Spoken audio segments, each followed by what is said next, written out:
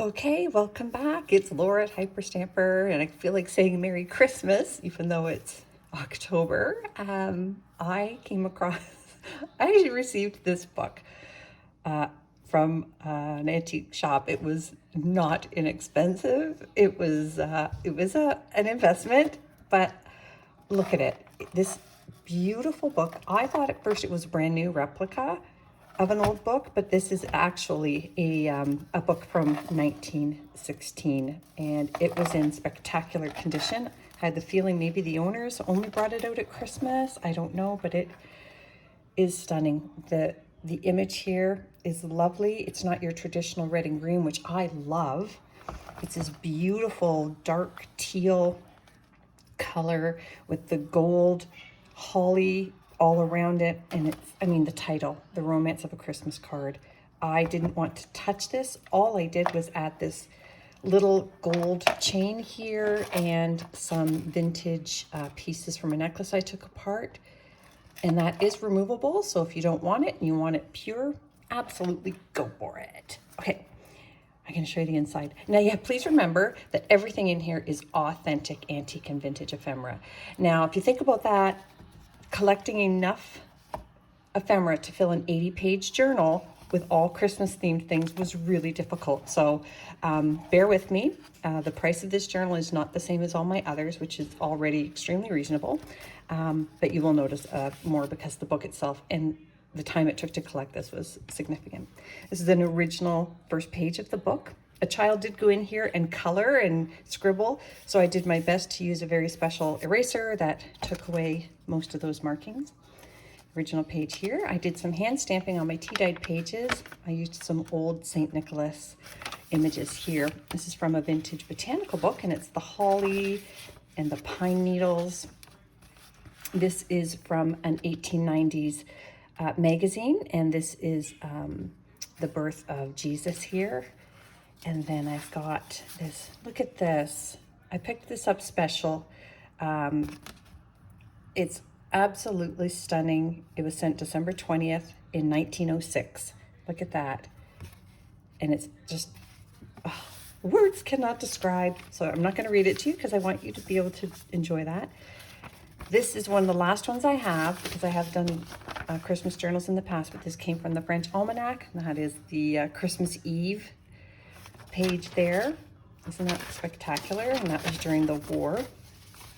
And this is the cover of a Christmas card from the 30s. And I guess what they used to do is after they received a Christmas card, they would cut it and reuse the image or use it as a decoration. So this one didn't come with its message, but I love that it still has all its glitter and these precious, oh, come on. I'm a sap for Christmas. I made this tag out of an image from a children's book with a deer, because I think deers in the winter are awesome. And the Hans Brinker page. Oh, look, it says the Fairy Godmother. I wish I had seen that before. Okay, the Silver Skates, fantastical.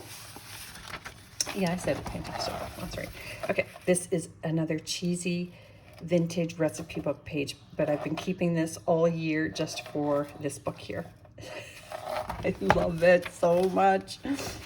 And these are some more of the original book pages from 1916. There's the other side of that gorgeous botanical page.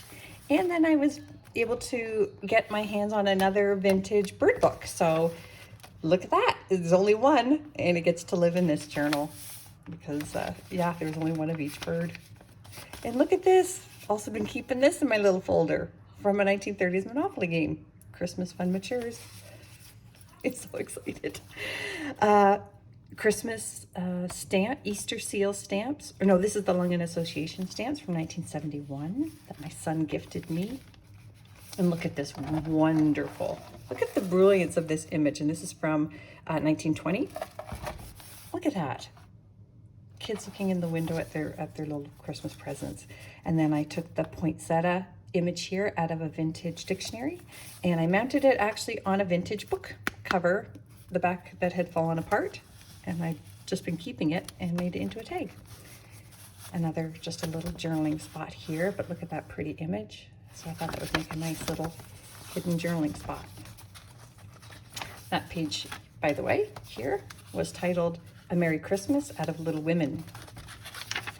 And this is another one of those wonderful 1890s pages, and that's the Three Wise Men.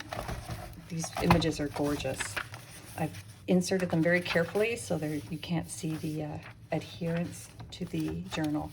This one, oh, almost didn't give it away, because look at these old, we all remember these, if you're my age, Christmas decorations. Remember those? So this was also in a book. I just, oh, love it. Just another little book here with some scraps on it and some crochet for extra journaling. A little sack full of toys there from St. Nick. Just did a little bit of hand stamping here. This is from an old Christmas Carol book that's long been sold. And this, oh, isn't this lovely? This is from, 1950, The British Listener, and it is December issue, celebrating Christmas. Fabulous. And then all of the Christmas ads on the back. God, I love it so much. You know what? I might not put this on Etsy after all. I really, really like this one. Look at this from a children's page. The poor pudding. Hip, hip, hip, hooray. Soon it will be Christmas Day, and they're making their Christmas pudding. And on the back as well, just to die for. Look at this image from that children's book. The colors are so vibrant. They've really stood up the test of time for a 100-year-old book. And this is the first Noel, and look how they spelled Noel. I think that's really interesting, because the French spelling that we're used to is N-O-E-L. So I think that's beautiful. And here it is. This is the pièce de résistance. This is from the 1920s, or sorry, it might be earlier. And this was an image inside the music book. So it was the flip side of the first Noel, and it's the angels, and they've got the baby Jesus up here. And it's just spectacular. That's a real find. You can see why I was excited to get this done. Oh, another just spectacular page from, oh, come on. One Snowy Morning, December 14th, from a 1930s children's book. Look at the size of the print on here. I did leave this one blank so somebody could add their own things. I almost worry that I put too much in here, because there's not a lot of room left for you to add your own things, but you can always add pages. This is from Frosty the Snowman from 1950. And you'll see the better side coming up. New Year's Day from the Children's Learner. This is from the 1800s. Look at this one with red print. This is how the printers did this particular book. And it was out of a book called Sunshine Sketches. And on the other side, it is Michelangelo carving a figure in the snow. How about that? Who knew? Wow. I guess you couldn't sell those for a lot because, you know, the sun and everything. Children's page from the 20s also, and some lovely child over the last 100 years colored it for us. How great is that? Didn't have to send it to the printer. This I glued down. It's actually my mother's. She embroidered this for me way back, probably 50 years ago. And even though I'm only 30, yeah. And it's just a little cross stitch of a Santa holding up the Christmas lights. It's really sweet.